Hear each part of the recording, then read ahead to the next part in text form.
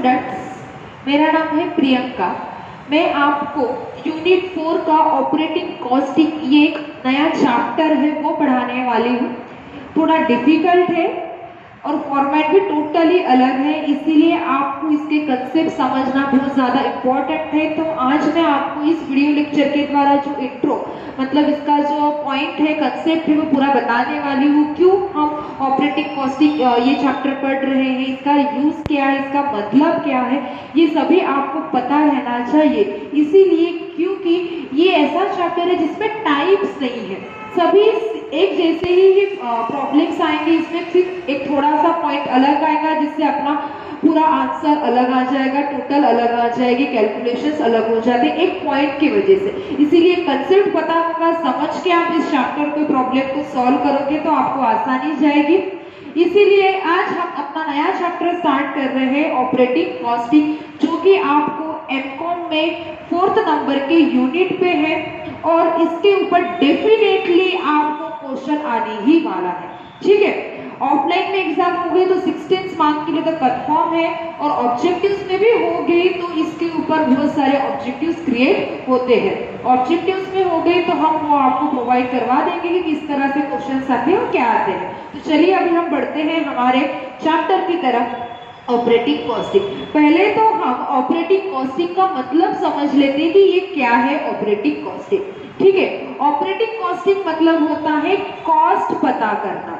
Cost पता करना, किसी की सर्विस की कॉस्ट फाइंड आउट करना, वैल्यू फाइंड आउट करना, मतलब ही होता है ऑपरेटिंग कॉस्टिंग। जैसे यहाँ पे मैंने ब्लैक बोर्ड पे लिखा है, operating costing is a method of costing to calculate the cost of operating services. किसी भी सर्विस की कॉस्ट वैल्यू पता करना मतलब ही होता है ऑपरेटिंग कॉस्टिंग। तो अभी ये सर्विस क्या है, तो चलिए उसके तरफ बढ़ने से पहले एक पॉइंट आपको याद दिला देती हूँ। 2 तरह के बिजनेस ऑर्गेनाइजेशन हम चला सकते हैं। ठीक है, पहला रहता है मैन्युफैक्चरिंग गुड्स। गुड्स को मैन्युफैक्चर करो, प्रोडक्ट बनाइए, उसको सेल कीजिए। ठीक है, आप डिसाइड कर रहे हो कि आज हमें एक बिजनेस स्टार्ट करना है, प्रोडक्ट मार्केट में बेचना है, तो आप क्या करोगे, सबसे पहले उस प्रोडक्ट को बनाने के लिए जितना खर्चा लग रहा है वो देखोगे, टोटल कॉस्ट पता करोगे। ठीक है, मार्केट में आपको प्रोडक्ट बेचना है, बराबर, तो प्रोडक्ट बेचने के लिए, मैन्युफैक्चरिंग करने के लिए आप पहले गुड्स परचेज करोगे, रॉ मटेरियल परचेज करोगे, जितना भी खर्चा, जितने भी एक्सपेंसेस आपको लग रहे हैं वो सभी आप क्या करोगे, पहले लिख लोगे यहाँ पे अपने कॉपी में। पूरी टोटल कॉस्ट पता कर लोगे उस प्रोडक्ट के लिए कितनी लग रही है। फिर उसमें आप क्या करोगे, अपना प्रॉफिट इंक्लूड करोगे। जैसे फॉर एग्जाम्पल आपको 10,000 रुपए उस प्रोडक्ट के पीछे टोटल कॉस्ट लग रही है, तो आप उसमें अपना प्रॉफिट ऐड कर दोगे और उसको जब सेल करने के लिए जाओगे तब आप उसको 12,000 में सेल करोगे। तो क्या बता रही हूँ मैं, बिजनेस ऑर्गेनाइजेशन मतलब 2 तरह से हम अपने पैसे कमा सकते हैं, बिजनेस चला सकते हैं। पहला है मैन्युफैक्चरिंग ऑफ गुड्स, प्रोडक्ट बनाइए, कस्टमर को सेल कीजिए पर्टिकुलर उस प्राइस के ऊपर। तो आपने वो प्राइस कैसे डिसाइड की, उस प्रोडक्ट के पीछे आपका कितना पैसा खर्च हुआ, आपने कितना पैसा लगाया, वो सभी कैलकुलेशन ध्यान में रखते हुए अपना प्रॉफिट उसमें इंक्लूड करके आपने सेलिंग प्राइस डिसाइड कर ली। बिल्कुल उसी की तरह यहाँ पे कंसेप्ट है रेंडरिंग सर्विस।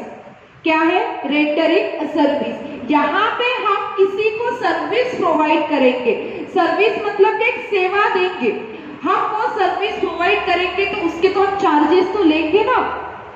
अभी जैसे आप कोई प्रोडक्ट कस्टमर को बेच रहे हो तो उनसे पैसे लेते हो, उसी तरह आप किसी को सर्विस दे रहे हो तो आपको भी उस चीज के पैसे लेने पड़ेंगे कि नहीं लेने पड़ेंगे, तो लेने पड़ेंगे। तो वो कितना लेना चाहिए, हम किसी को कोई सर्विस दे रहे हैं। अभी सर्विस मतलब क्या, तो सर्विस अलग अलग तरह की सर्विसेज रहती है, जैसे बस, ट्रैवलिंग ट्रांसपोर्टेशन की सर्विस, हॉस्पिटल, डॉक्टर्स लोग क्या करते हैं, हमें कोई प्रोडक्ट बेच रहे हैं क्या, नहीं, हमें क्या कर रहे हैं, इस तरह की सर्विस प्रोवाइड कर रहे हैं, तो वो क्या कर रहे हैं, अपनी फीस डिसाइड कर लेते हैं कि कितने चार्ज करना है।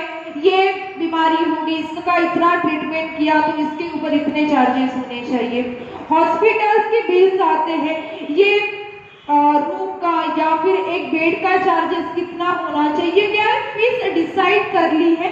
वो एक तरह की क्या करे, प्रोडक्ट सेल नहीं कर रहे, हमें सर्विस प्रोवाइड कर रहे, एक तरह की सेवा दे रहे हैं और हम उसके चार्जेस पे कर रहे हैं। तो यहाँ पे ये जो ऑपरेटिंग कॉस्टिंग ये चैप्टर है, एक सर्विस सेक्टर में इसका यूज किया जाता है, जैसे कि ट्रांसपोर्ट हो गए, होटल्स हो गए, हॉस्पिटल हो गए, आपके थिएटर्स ले लीजिए, जो लोग या फिर जो पर्सन थिएटर चला रहा है, अपने थिएटर में कोई सिनेमा कोई मूवी दिखा रहा है, तो वो पर शो के कितने चार्ज करेगा, पर पर्सन की टिकट रेट क्या होनी चाहिए, ये सभी कैलकुलेट करने के लिए ऑपरेटिंग कॉस्टिंग का यूज किया जाता है। सर्विस सेक्टर में इस चैप्टर का यूज किया जाता है। जो पर्सन सर्विस देता है वो कौन से प्राइस पे, कौन से वैल्यू पे, कौन सी कॉस्ट पे वो सर्विस उसको प्रोवाइड करनी है, आगे वाले पर्सन को देनी है, वो पता किया जाता है ऑपरेटिंग कॉस्टिंग इस चैप्टर के द्वारा। तो अभी हम इसके लिए एक सिंपल सा एग्जांपल लेते हैं ट्रांसपोर्ट इंडस्ट्री का। तो ऑपरेटिंग कॉस्टिंग क्यों कैलकुलेट करें, तो ये सर्विस सेक्टर में इसका यूज किया जाता है। इस चैप्टर का, इस मेथड का, ये कैलकुलेट करने की मेथड है, जो जिस पर्सन को हम जो सर्विस दे रहे हैं उससे हम कितना चार्ज ले, अपने मन से कुछ भी डिसाइड नहीं कर सकते कि हाँ हमने बोल दिया मेरी इच्छा है कि इस पर्सन से मैं 500 रुपये फीस वसूल करूंगी, डॉक्टर ने ऐसे डिसाइड कर लिया ये बड़ा अच्छा रिच वाला पर्सन है, इससे मैं 1000 रुपये लूंगी, ऐसा हो सकता है क्या? तो नहीं, वो उस सर्विस के पीछे जितना खर्च लग रहा है वो ध्यान में रखते हुए और अपना प्रॉफिट ध्यान में रखते हुए हमें एक प्राइस डिसाइड करनी है, एक वैल्यू, एक कॉस्ट पता करनी है। तो यहाँ पे अभी हम लोग जितने भी प्रॉब्लम सॉल्व करेंगे, जितने भी प्रॉब्लम्स देखने वाले हैं, उसमें आपको खुद एक सर्विस डिपार्टमेंट का ओनर बन जाना है। ठीक है, कि हमारा एक सर्विस डिपार्टमेंट है, हम उनको सर्विस प्रोवाइड कर रहे हैं, तो हमें कितना खर्चा लग रहा है और इतना खर्चा लग रहा है तो हमें उससे कितना पैसा लेना चाहिए, हम उसको जो सेवा दे रहे हैं उसकी जो मदद कर रहे हैं, मदद तो नहीं बोलेंगे क्योंकि बिजनेस ऑर्गेनाइजेशन है, पैसा लेते हैं हम, मतलब मदद नहीं हो जाती हो। ठीक है, तो यहाँ पे डिफरेंट यूनिट्स, मतलब डिफरेंट सर्विसेज प्रोवाइड की जाती है और अलग अलग यूनिट्स में उसको कैलकुलेट करना पड़ता है। जैसे कि पहला हम देखने वाले हैं ट्रांसपोर्ट इंडस्ट्री। अब ये ट्रांसपोर्ट इंडस्ट्रीज मतलब क्या? तो ट्रांसपोर्ट फैसिलिटीज प्रोवाइड की जाती है। तो ये ट्रांसपोर्ट फैसिलिटीज जो है ना, दो हिस्सों में पार्ट किया है, दो तरह से प्रोवाइड की जाती है। पहली रहती है गुड्स, दूसरे पैसेंजर्स। समझाती हूँ क्या है? ठीक है, ट्रांसपोर्ट इंडस्ट्री है, हम व्हीकल्स प्रोवाइड करते हैं, बस प्रोवाइड करते हैं, गुड्स को सप्लाई करने के लिए अपने यहाँ पे जो ट्रॉलीज रहती है, जो ट्रक्स है, वो हम लोग प्रोवाइड कर रहे हैं। ठीक है, तो हम क्या कर रहे हैं?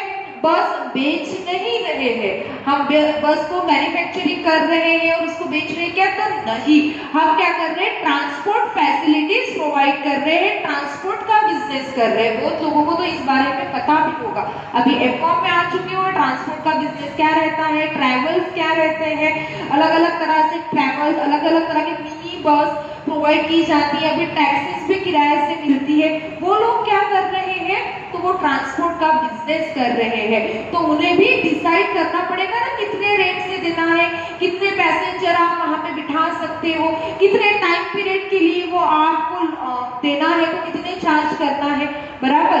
तो उसी तरह ट्रांसपोर्ट इंडस्ट्रीज में आप गुड्स और पैसेंजर, आप दो तरह से उस बिजनेस में मतलब यूज कर सकते हो।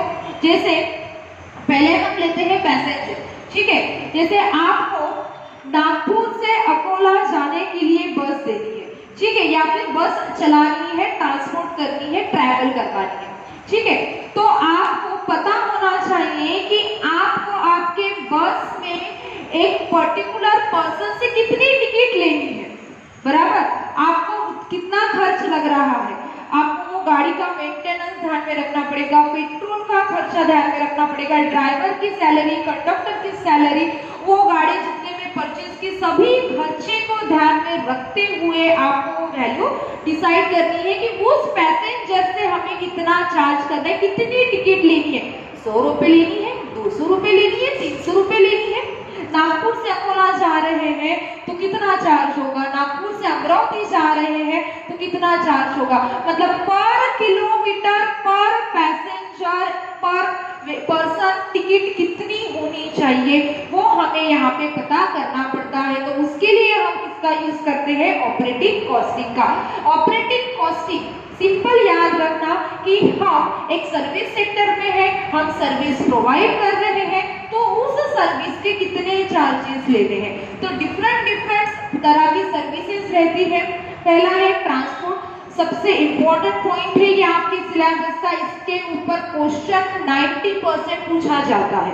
ठीक है, आप बोलेंगे मैडम 10% फिर क्या, तो ये बचे ना होटल, इलेक्ट्रिक डिपार्टमेंट, हॉस्पिटल, इसके ऊपर आता है, इसीलिए इम्पोर्टेंट है। तो सबसे पहले हम इसी को पढ़ने वाले हैं। डिटेल में जाने से पहले बाकी डिफरेंट सर्विस के बारे में थोड़ा बात कर लेते हैं।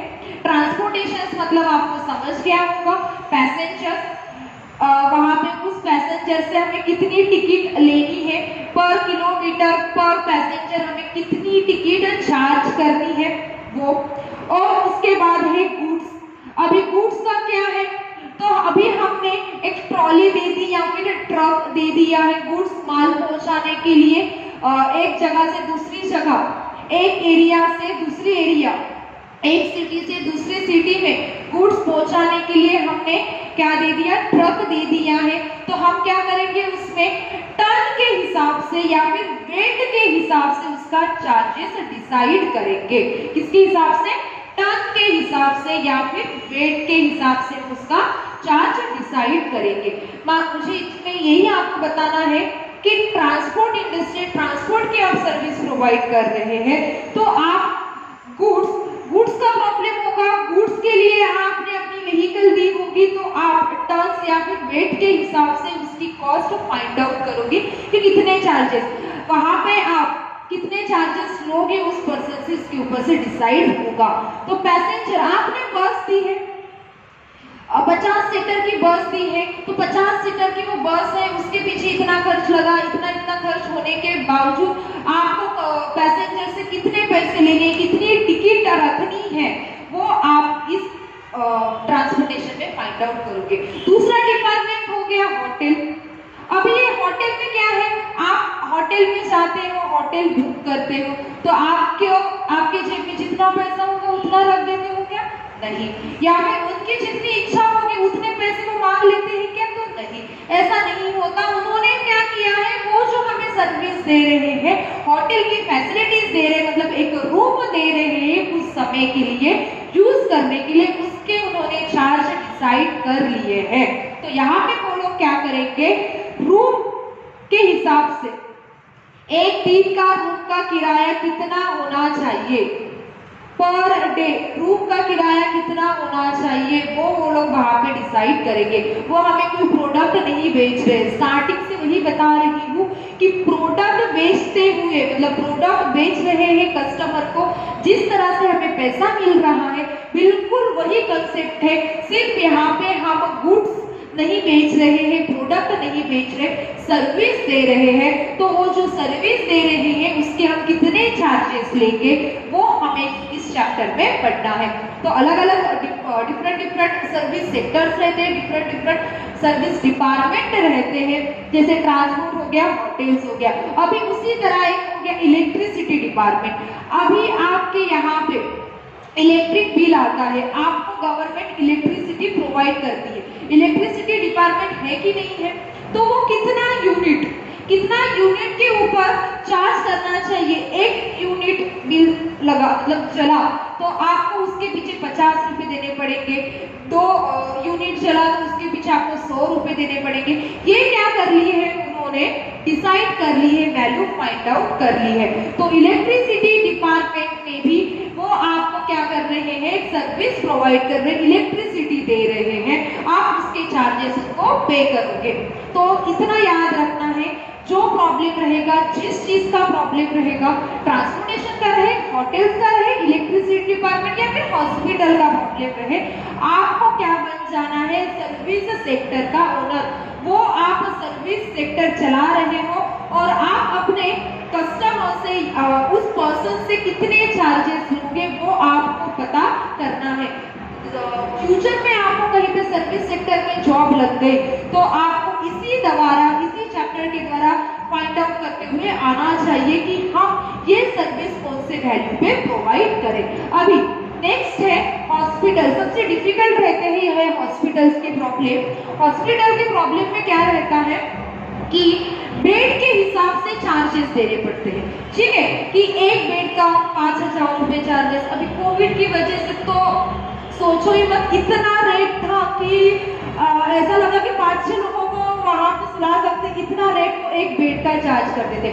उसी तरह हॉस्पिटल में बेड पर बेड कितना चार्जेस होना चाहिए वो पता। ये क्या है, एक तरह का सर्विस सेक्टर है। हॉस्पिटल में क्या कर रहे हैं, कुछ सर्विस प्रोवाइड कर रहे हैं, पेशेंट्स आते हैं वहां पे और उनका ट्रीटमेंट हो रहा है, वो सर्विस दे रहे हैं, कोई गुड्स कोई प्रोडक्ट वहां नहीं बेच रहे हैं।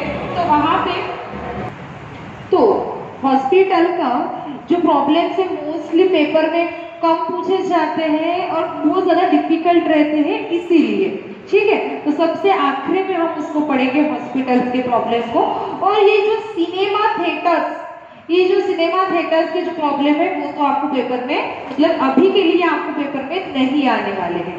ठीक है, तो ये अलग अलग तरह के हमने सर्विस सेक्टर्स देख लिए, transport, hotel, electricity department, hospital और सिनेमा थिएटर। ये अलग अलग सेक्टर में अलग अलग प्रकार से यूनिट हमें कैलकुलेट करना है, हमें कॉस्ट पता करनी है, उसकी वैल्यू पता करनी है।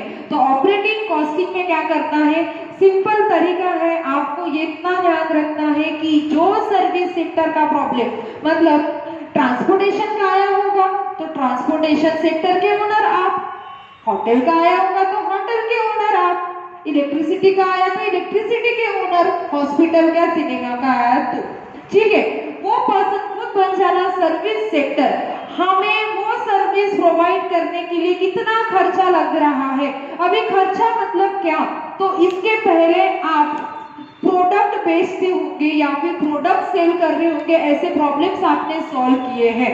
बीकॉम में आपने प्रोसेस कॉस्टिंग ये चैप्टर पढ़ा होगा, तो प्रोसेस कॉस्टिंग एमकॉम में भी है आपको प्रोसेस कॉस्टिंग। उस प्रोसेस में उसमें आप प्रोडक्ट बना रहे हो, पर्टिकुलर प्रोसेस 1 में आपको उस प्रोडक्ट के पीछे कितना खर्चा लगा, प्रोसेस 2 तक जब वो प्रोडक्ट पहुंचा तब उसके ऊपर कितना खर्चा लगा, प्रोसेस 3 तक वो प्रोडक्ट पहुंचा तब उसके पीछे कितना खर्चा लगा, ये सभी आप कैलकुलेट करते थे बिल्कुल एज इट इज। वहां पे जैसे एक्सपेंसेस थे, एक्सपेंसेस मतलब कौन से, फिक्स एक्सपेंसेस, वेरिएबल एक्सपेंसेस और सेमी वेरिएबल एक्सपेंसेस, यहाँ पे भी बिल्कुल सिमिलर वही नाम से आपको खर्चे दिए जाएंगे, सिर्फ उसका जो दूसरा नाम है सिमिलर वर्ड यहाँ पे यूज किया जाता है।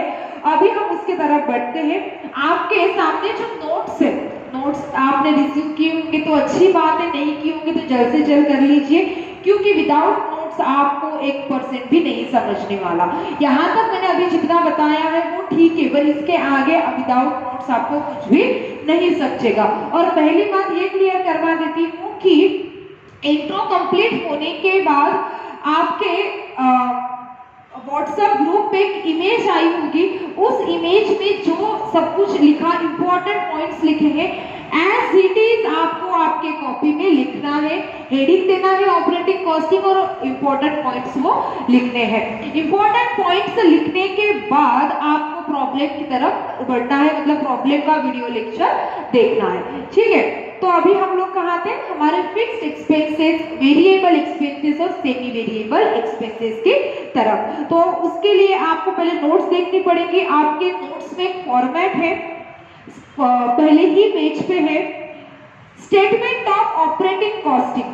ठीक है, क्या बोला है, स्टेटमेंट ऑफ ऑपरेटिंग कॉस्टिंग। ठीक, ऑपरेटिंग कॉस्टिंग का वो आपको फॉर्मेट दिया है, पर ब्रैकेट में देखिए क्या लिखा है, फॉर ट्रांसपोर्ट सर्विस, मतलब अभी हम जो प्रॉब्लम पढ़ने वाले हैं सबसे पहले हम देखेंगे ट्रांसपोर्ट सर्विस के। ट्रांसपोर्ट सर्विस में क्या रहेगा, गुड्स और पैसेंजर, ठीक है। गुड्स के लिए हम हमारे व्हीकल प्रोवाइड करेंगे, व्हीकल देंगे, या फिर पैसेंजर बस देंगे, हम एक ट्रैवल देंगे, एक व्हीकल देंगे, एक ट्रांसपोर्ट फैसिलिटी हम प्रोवाइड करेंगे। तो इन दो चीजों के क्वेश्चंस आपको आ सकते हैं। तो ये जो आपके सामने फॉर्मेट दिखाई दे रहा है वो किस चीज का है, ट्रांसपोर्ट सर्विस का। मतलब जब आपके यहाँ पे ट्रांसपोर्टेशन के प्रॉब्लम आते हैं, कैसे फाइंड आउट करोगे, तो वो प्रॉब्लम में बराबर आपको समझ जाएगा कि ट्रांसपोर्टेशन के प्रॉब्लम कैसे दिखते हैं, होटल के कैसे दिखते हैं। जो इंफॉर्मेशन दी जाती है स्टार्टिंग में ही बताया, ये टाइप वाइज नहीं है, कंसेप्ट समझा, प्रॉब्लम आइडेंटिफाई करोगे, आइडेंटिफाई किया तो उसको सॉल्व कर पाओगे। तो ट्रांसपोर्टेशन के प्रॉब्लम में दो तरह के आएंगे, गुड्स भेजेंगे, टन्स में दिया जाएगा, वेट्स में दिया जाएगा, या पैसेंजर रह सकता है।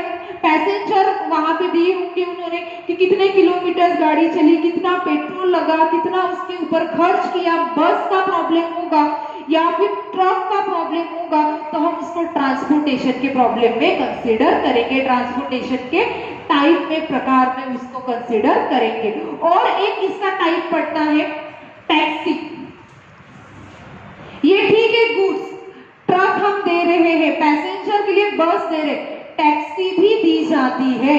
ट्रांसपोर्टेशन के प्रॉब्लम में आपको टैक्सी के भी प्रॉब्लम आने वाले हैं। तो अभी आपको जो ये फॉर्मेट दिखाई दे रहा है, पहली बात ऑपरेटिंग कॉस्टिंग मतलब क्या, जो हम सर्विस प्रोवाइड कर रहे हैं उसकी कॉस्ट, उसकी वैल्यू पता करना, मतलब उसका फेयर पता करना मतलब ही होता है ऑपरेटिंग कॉस्टिंग। तो अलग अलग तरह के सेक्टर्स रहते हैं सर्विस प्रोवाइड करने के, transport, hotel, electricity department, hospital और सिनेमा थिएटर।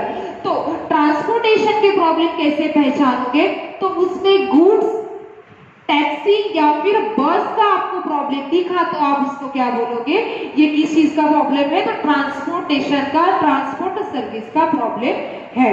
तो ट्रांसपोर्ट सर्विस का प्रॉब्लम आया तो आपके सामने ये पूरा फॉर्मेट खड़े हो जाना, मतलब आपको दिखाई देगा कि इस तरह से आपको इसको सॉल्व करना है। तो अभी हम बढ़ते हैं हमारे फॉर्मेट की तरफ। ये फॉर्मेट आपको लिखना नहीं है, आपके नोट्स में एज इट इज दिया है, क्या लिखना क्या नहीं वो आपके व्हाट्सएप ग्रुप पे जो इमेज आई है वही पॉइंट्स आपको एज इट इज आपके कॉपी में लिखना है, ठीक है। अभी यहाँ मैं बताऊंगी नहीं कि ये लिखो बेटा, ये मत लिखो, ऐसा यहाँ पे हम नहीं करेंगे, ठीक है। तो अभी हम बढ़ते हैं हमारे फॉर्मेट की तरफ। अभी मैंने आपको बताया कि स्टेटमेंट ऑफ ऑपरेटिंग कॉस्टिंग में हम सबसे पहले देख रहे हैं ट्रांसपोर्ट सर्विस का।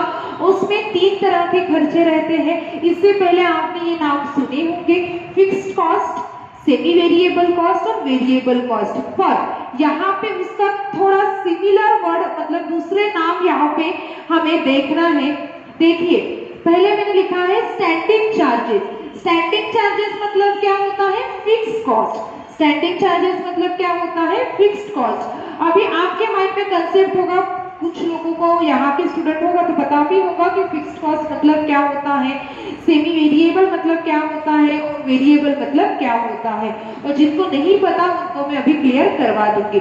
फिक्स्ड कॉस्ट मतलब लाइफ टाइम के लिए वो वैल्यू फिक्स हो गए ऐसा उसका मतलब नहीं निकलता है। टाइम के हिसाब से, टाइम जैसा रहेगा सर्टेन टाइम, उस हिसाब से उस चीज की वैल्यू फिक्स रहती है, उसको बोला जाता है फिक्स कॉस्ट। टाइम के ऊपर डिपेंड रहती है। जैसे फॉर एग्जांपल हम रेंट का लेके चल रहे हैं, रेंट क्या है हमारे लिए, फिक्स कॉस्ट है।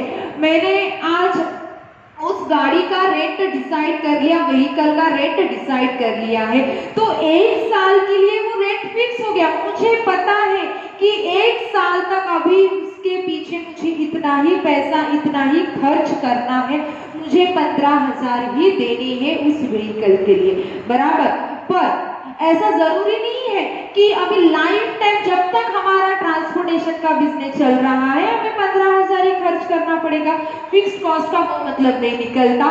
टाइम के हिसाब से, टाइम के ऊपर डिपेंड रहता है फिक्स्ड कॉस्ट। तो इतना याद रखना है स्टैंडिंग चार्जेस, मतलब क्या है फिक्स्ड कॉस्ट जिसकी वैल्यू फिक्स है, कुछ टाइम पीरियड तक, सर्टेन टाइम पीरियड तक वो वैल्यू फिक्स रहेगी, उसको बोला जाता है फिक्स्ड कॉस्ट। अभी यहाँ पे हमें ट्रांसपोर्ट सर्विस में फाइंड आउट करना पड़ेगा, पैसेंजर का प्रॉब्लम आया तो पर पैसेंजर पर किलोमीटर हमें कितना चार्ज करना है, कितनी टिकट पैसेंजर से लेनी है, तो उसके लिए हमें सबसे पहले खर्चा देखना पड़ेगा फिक्स्ड कॉस्ट, मतलब स्टैंडिंग चार्जेस। तो आपके नोट्स में कुछ 8 पॉइंट्स वहां पे दिए, एटम्स दिए हैं, जरूरी नहीं वो 8 ही एटम्स आएंगे, कंसेप्ट समझना है, उसके अलावा भी एक आधा एटम आया तभी भी आपको वो लिखते आना चाहिए कि वो स्टैंडिंग में जाएगा, मेंटेनेंस में जाएगा या रनिंग में जाएगा। ठीक है, तो देखते हैं क्या दिया उन्होंने, कुछ नॉमिनल एटम्स दिए वहां पे। गैरेज रेट, अभी व्हीकल है, बस है, गैरेज में तो रखना पड़ेगा ना कहीं उसका गोडाउन नहीं बोल सकते, गैरेज ही बोलेंगे क्योंकि व्हीकल है। ठीक है, तो उसको रखने के लिए रेट देना पड़ेगा, गैरेज रेट। अभी बताया एक टाइम पीरियड के लिए फिक्स हो चुका है, 1 साल के लिए मुझे रेट देना है गैरेज का 15,000 फिक्स हो गया, इसीलिए उसको हम लिखेंगे फिक्स्ड कॉस्ट में। उस ट्रांसपोर्टेशन के पीछे, उस बस के पीछे मेरा कितना खर्च लग रहा है, मैं कितना वहां पे पैसा लगा रही हूँ, और उस हिसाब से मैं बाकी का फिर कस्टमर से या फिर पैसेंजर से कितना वसूल करना है देखेंगे। तो रेट है, उसके बाद है इंश्योरेंस ऑफ व्हीकल। अभी वहीं से पता चल रहा है, उसको ना स्टार मार्क करके रखिएगा, इंश्योरेंस ऑफ व्हीकल। क्यों बताया स्टार मार्क के लिए, आगे समझेगा आपको। इंश्योरेंस ऑफ व्हीकल का हमने इंश्योरेंस निकाल के रखा, बस आ गया, इसमें ट्रक आ गया, टैक्सी आ गया, इंश्योरेंस निकाल के रखा। अभी 1 साल के लिए, 2 साल के लिए, आपको पता होगा व्हीकल का इंश्योरेंस जनरल इंश्योरेंस बोला जाता है, तो हर 1 साल के बाद वो रिन्यू होता है, तो 1 साल के लिए क्या हो गया है, वो फिक्स हो चुका है, इसीलिए उसको हम लिखते हैं फिक्स्ड कॉस्ट में, इंश्योरेंस ऑफ व्हीकल। उसके बाद है व्हीकल टैक्स, रोड टैक्स देना पड़ता है, वो भी टैक्स एक फिक्स आइटम है, इसीलिए उसको फिक्स्ड कॉस्ट में लिखते हैं। लाइसेंस बनाना पड़ता है, या फिर उसके पीछे जो खर्च हुआ। आप बोलोगे मैडम अभी लाइसेंस तो फिक्स है, हाँ राइट फिक्स्ड है, इसीलिए उसको फिक्स्ड कॉस्ट में लिख रहे हैं।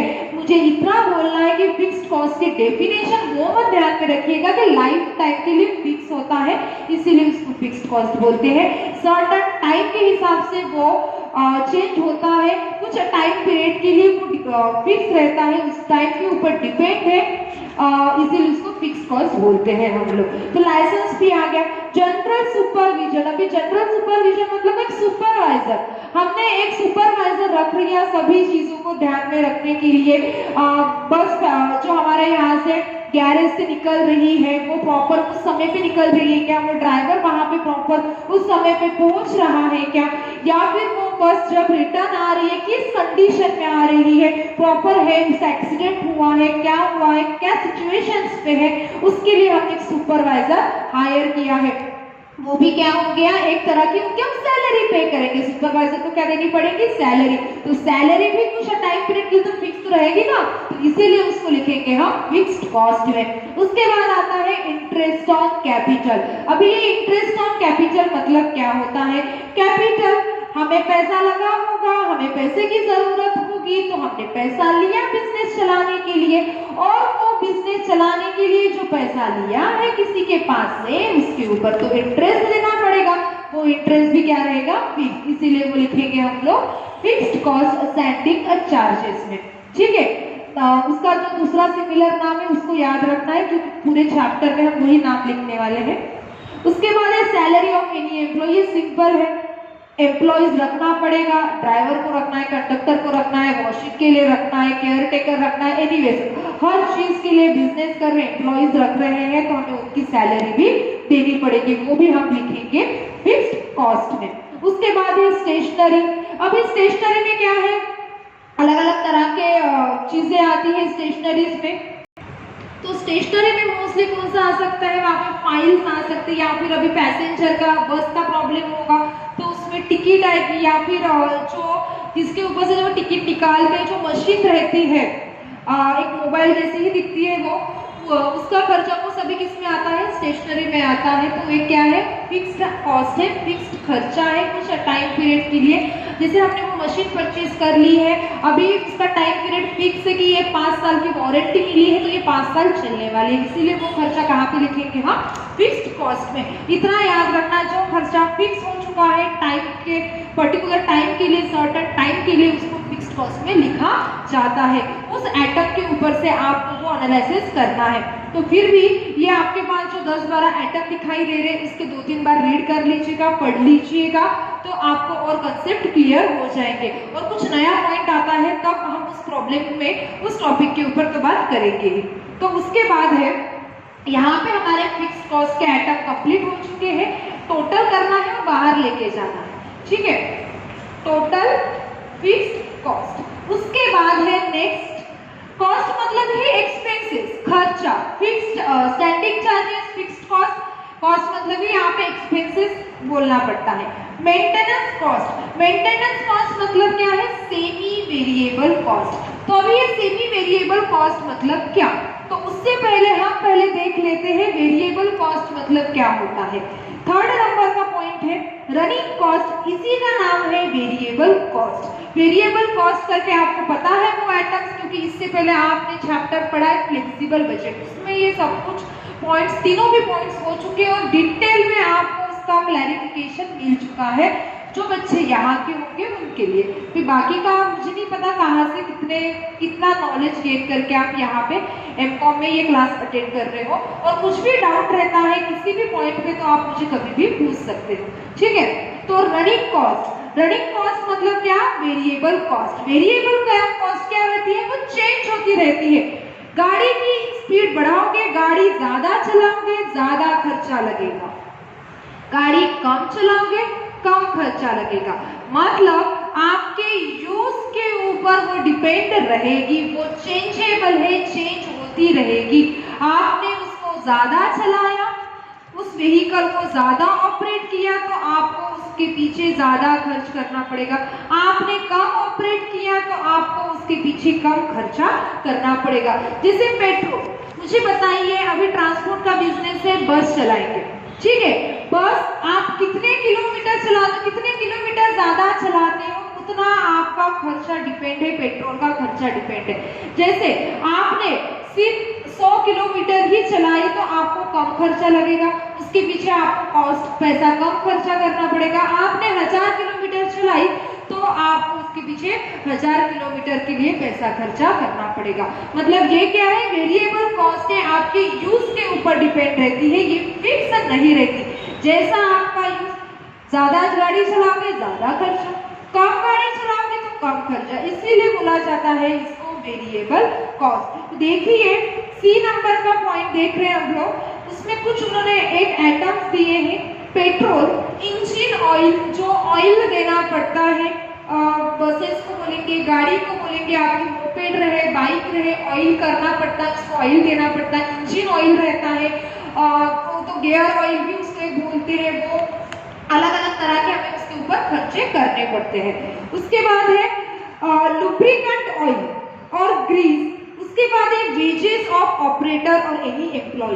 कंसेप्ट याद रखना, अभी बता देती हूँ, सैलरी रहा तो फिक्स्ड कॉस्ट, वेजेस रहा तो वेरिएबल कॉस्ट में आता है। क्यों? क्योंकि सैलरी फिक्स है, wages per day, per week या फिर 15 डे के हिसाब से या फिर पर आवर के हिसाब से दिए जाते हैं, इसीलिए वेजेस वेरिएबल कॉस्ट में लिखते हैं और सैलरी फिक्स कॉस्ट में। कंसेप्ट याद रखना है, बार बार ये वीडियो को सुनिए और अपने सभी डाउट्स क्लियर कीजिएगा।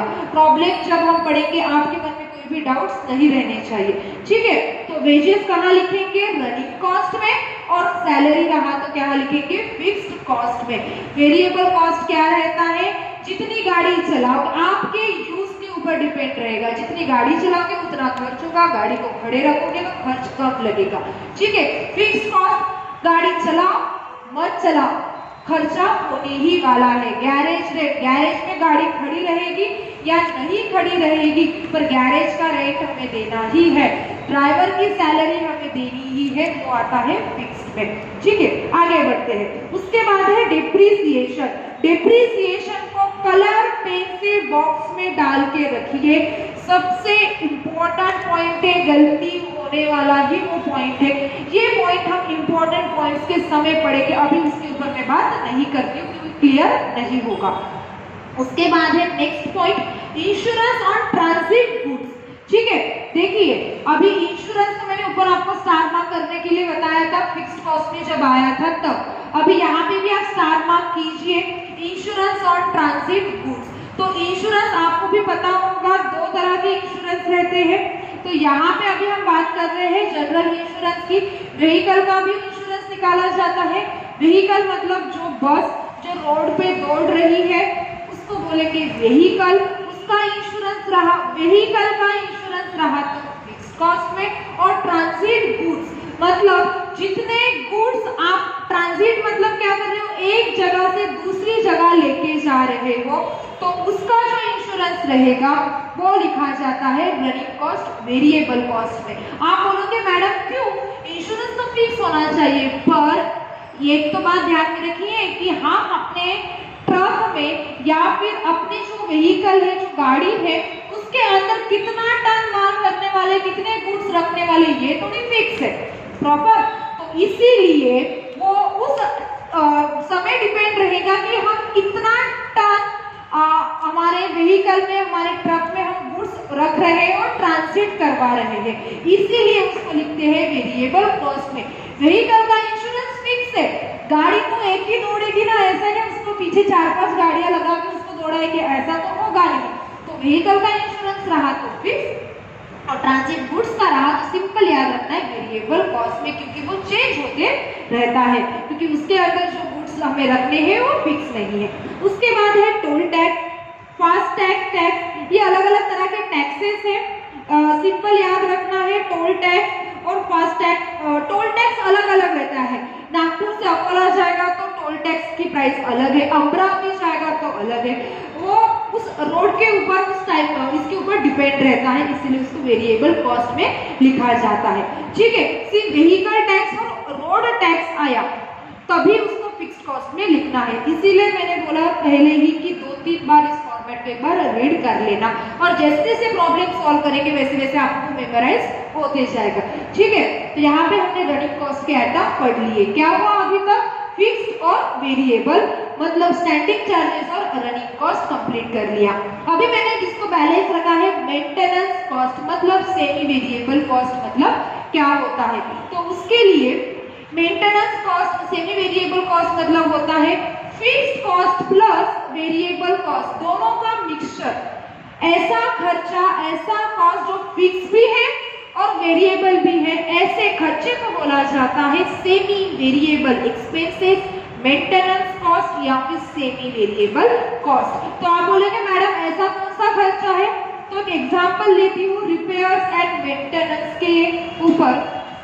रिपेयर एंड मेंटेनेंस एक आइटम है जो कि आता है सेमी वेरिएबल कॉस्ट में। तो कैसे, तो आपको पता होगा गाड़ी की कभी सर्विसिंग कभी क्या की ही होगी, क्योंकि सबसे ज्यादा हम उसके अलावा किसी से प्यार करते हैं तो वो अपनी व्हीकल, अपनी गाड़ी से है, तो अपने लिए जितना केयर नहीं करते उतनी वो गाड़ी की केयर करते हैं, तो उसकी सर्विसिंग आपने की होगी। जैसे हम गाड़ी परचेज करते हैं तो कुछ सर्विसिंग हमें फ्री में दी जाती है, किसी के ऊपर 3 सर्विसिंग, 3 सर्विसिंग या 5 सर्विसिंग फ्री में रहती है, वो उस व्हीकल के ऊपर डिपेंड है। तो आपको याद होगा या फिर देखा होगा आपने कभी, फर्स्ट सर्विसिंग, पहली सर्विसिंग आपको 1 महीने के अंदर करनी है 1000 किलोमीटर। 1000 किलोमीटर आपने आपकी गाड़ी दौड़ाई तो आपको तुरंत सर्विसिंग करनी पड़ेगी। आपको भी पता है क्यों करना पड़ता है, क्योंकि वो गाड़ी का मेंटेनेंस रहता है, हम गाड़ी को मेंटेन कर रहे हैं, सर्विसिंग कर रहे हैं, क्या है उसको मेंटेन कर रहे हैं, खराब होगी तभी सुधारेंगे ऐसा नहीं, उसको मेंटेन करना, उसको प्रॉपर तरीके से रखना कि आगे जा लंबे समय के लिए वो हमारे साथ रह सके और लंबे समय के लिए हम उसका यूज कर सके, बराबर। तो फर्स्ट सर्विसिंग आपको 1 महीने के टाइम पीरियड के लिए दी है। पहली सर्विसिंग आपको 1 महीने के अंदर करनी है। एक टाइम पीरियड क्या कर दिया, उसके लिए फिक्स कर दिया है, बराबर 1000 किलोमीटर आपको गाड़ी चलाने के बाद सर्विसिंग करनी पड़ेगी। अभी मैंने बताया था आपको कि फिक्स्ड कॉस्ट मतलब क्या रहता है, एक टाइम पीरियड हमने फिक्स कर दिया है उस चीज के लिए, तो वो क्या बन जाता है, फिक्स्ड कॉस्ट बन जाता है, बराबर। तो यहाँ पे वो खर्चा क्या बन गया है, फिक्स्ड कॉस्ट। पर आपने उस गाड़ी को ज्यादा चला दिया, 1000 किलोमीटर एक हफ्ते के अंदर ही आपकी कंप्लीट हो गए, तो आपको गाड़ी क्या करनी पड़ेगी, सर्विसिंग करनी पड़ेगी। तो वही क्या बन गया है, आपका वेरिएबल कॉस्ट बन गया है, क्योंकि जितनी गाड़ी चलाओगे उतना आपको उसके ऊपर खर्चा करना पड़ेगा, उसका मेंटेनेंस करना पड़ेगा। कुछ टाइम पीरियड के लिए वो फिक्स है, वो फिक्स भी है और वेरिएबल भी है। 1 महीने के लिए आपको टाइम पीरियड दिया है, वो फिक्स हो चुका है वो खर्चा कि 1 महीने के बाद ही आपको वो खर्चा करना पड़ेगा।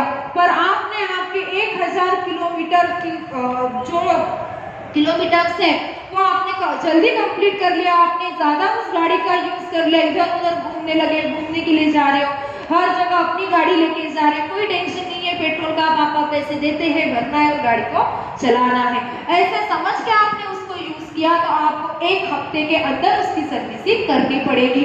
फिर दूसरे 15 दिन के बाद और उसकी सर्विसिंग करनी पड़ेगी, मतलब वो क्या हो गया, वेरिएबल कॉस्ट बन चुका है। तो ऐसा खर्चा जो फिक्स भी है और वेरिएबल भी है, ऐसे खर्चे को लिखा जाता है मेंटेनेंस कॉस्ट, मतलब सेमी वेरिएबल कॉस्ट में। डिटेल में इसीलिए इसके ऊपर अभी बात की, आपको उससे आइडेंटिफाई करते हुए आना चाहिए। तो देखिए उसमें उन्होंने कुछ 9 पॉइंट्स दिए हैं। टायर एंड ट्यूब्स अभी है, मेंटेनेंस के ऊपर डिपेंड है, ज्यादा गाड़ी चलाओगे तो टायर तो खराब होने ही वाले हैं, उसको हफ्ते में सिर्फ 2-3 बार ही आपने चलाई तो टायर ज्यादा खराब होंगे क्या, नहीं। आप उसको ज्यादा लॉन्ग टूर के लिए लेके जाओगे तो टायर तो डेफिनेटली खराब होने वाले हैं। तो वो एक तरह का कौन सा खर्चा हो गया है, सेमी वेरिएबल कॉस्ट। तो उसको एक तरह सिंपल तरीके से भी याद रख सकते हो, मेंटेनेंस कॉस्ट के ऊपर से भी आप उसको ध्यान रख सकते हो। तो कैसे, तो मेंटेन करना, जो चीज हम अपने व्हीकल के लिए सुटेबल है, मेंटेन करते हैं, उनकी केयर करने के लिए वो खर्चा कर रहे हैं, उसको लिखा जाएगा maintenance cost. Repair and maintenance, tyre and tube, servicing and cleaning, उसको वॉशिंग करना, क्लीन करना, ये भी मेंटेनेंस का ही पार्ट है। इस तरह के आइटम आप यहाँ पे लिख सकते हो, इस तरह से आप इसको ध्यान में रख सकते हो।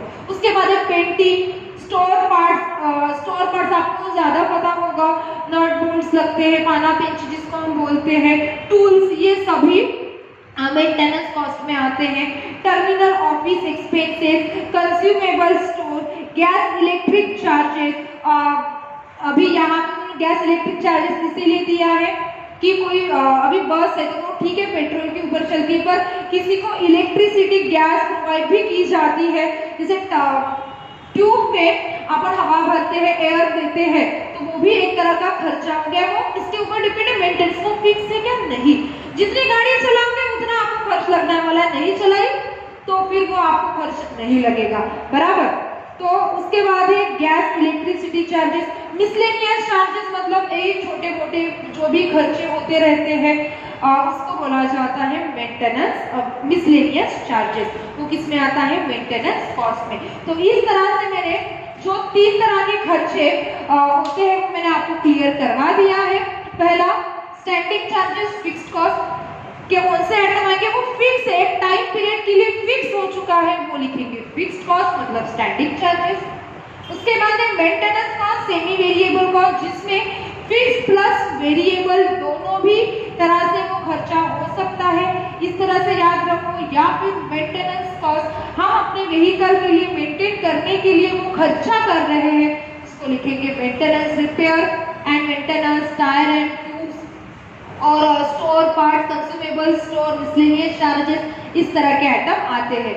रनिंग कॉस्ट मतलब होता है वेरिएबल कॉस्ट। रनिंग कॉस्ट मतलब क्या, वेरिएबल कॉस्ट, वो चेंज होते रहेगा, आप गाड़ी चलाओगे ज्यादा खर्चा, गाड़ी नहीं चलाई कम खर्चा, चेंज होते रहता है, इसीलिए उसको बोलते हैं वेरिएबल कॉस्ट। यहाँ पे उसका नाम है रनिंग कॉस्ट। और ये तीनों आइटम की आप जब टोटल करते हो तब आपको मिलता है total operating cost A plus B plus C, तीनों खर्चे फिक्स कॉस्ट, सेमी वेरिएबल और वेरिएबल कॉस्ट, तीनों खर्चों को ऐड करोगे तो आपको टोटल खर्चा, टोटल कॉस्ट पता चलेगी कि आपने वो सर्विस प्रोवाइड करने के पीछे कितना खर्च किया है, टोटल ऑपरेटिंग कॉस्ट। और जब हमें टोटल ऑपरेटिंग कॉस्ट एक बार मिल गई कि हमें पता चल गया कि इतना खर्चा लग रहा है हमें ये सर्विस प्रोवाइड करने के लिए, तो हम फिर डिसाइड करेंगे, क्या डिसाइड करेंगे, तो बस का प्रॉब्लम रहा तो पैसेंजर,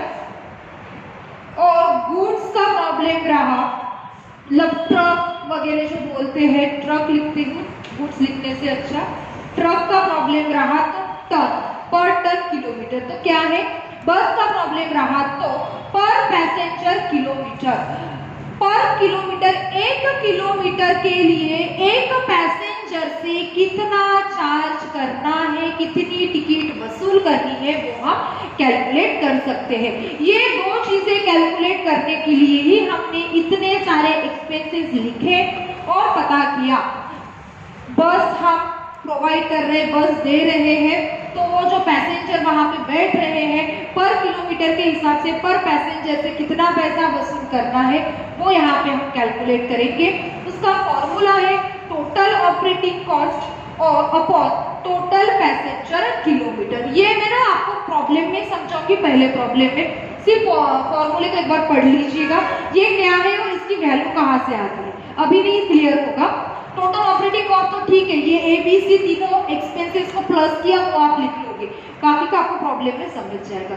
उसके बाद है ट्रक का प्रॉब्लम रहा तो टन, कितने टन आपने वहां पे गुड्स इंस्टॉल किए हैं, गुड्स रखे हैं, उस हिसाब से आप उसके चार्जेस फाइंड आउट करोगे। पर टन किलोमीटर, 1 किलोमीटर तक उसको लेके जाना है तो कितने गुड्स वहां पे एक बॉक्स के लिए हमें चार्ज करने पड़ेंगे, टन के लिए चार्ज करने पड़ेंगे। ये अभी हमें प्रॉब्लम में पढ़ना है। अभी उससे पहले हम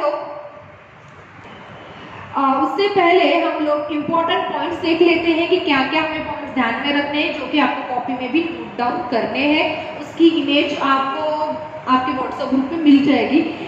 इतना याद रखना है, इस वीडियो लेक्चर में मैंने आपको क्या बताया, ऑपरेटिंग कॉस्टिंग मतलब क्या होता है, जो हम सर्विस प्रोवाइड कर रहे हैं उस सर्विस के हम कितने चार्जेस ले, बस इतना याद रखना है आपको।